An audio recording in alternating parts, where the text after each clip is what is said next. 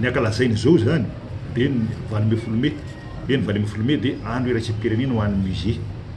Ny antony dia ampahafantarana ny olona ny hoe ina moa ny musée sy manana ny lanjany lehibe ny musée amin'ny maha olona ny olona sady mitahiry ny lasa izy miaro ny lasa arovana izy ireo ary no mampahafantatra ny olona amin'ny alalan'ny fampirantiana. Firenena rehetrarehetra na mandroso na tsy mandroso na tangefa na tatsinana na dia samy manana ny musée daholo. Amin'izao fotoana izao zany ny isan'ny musée eto Madagasikara izay mivondrona ao anatin'ny ICOM dia eo amin'ny 4 eo azo raisina hoe musée matianina zany izy.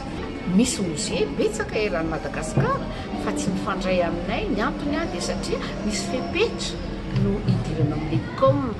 Tsy firenena ny firenena iray raha tsy manana zany atao hoe musée national zany, atao hoe mpamokatra ny atao hoe fierté nationale.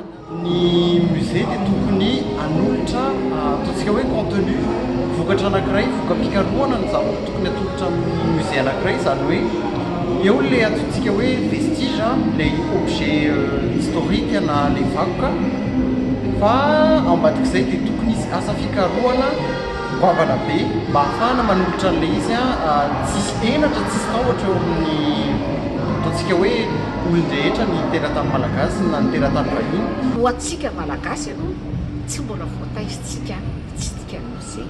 Avao hoe andeha ho any musée dia ohatran'ny hoe zavatra koka be zany, zavatra efa antitra be zany,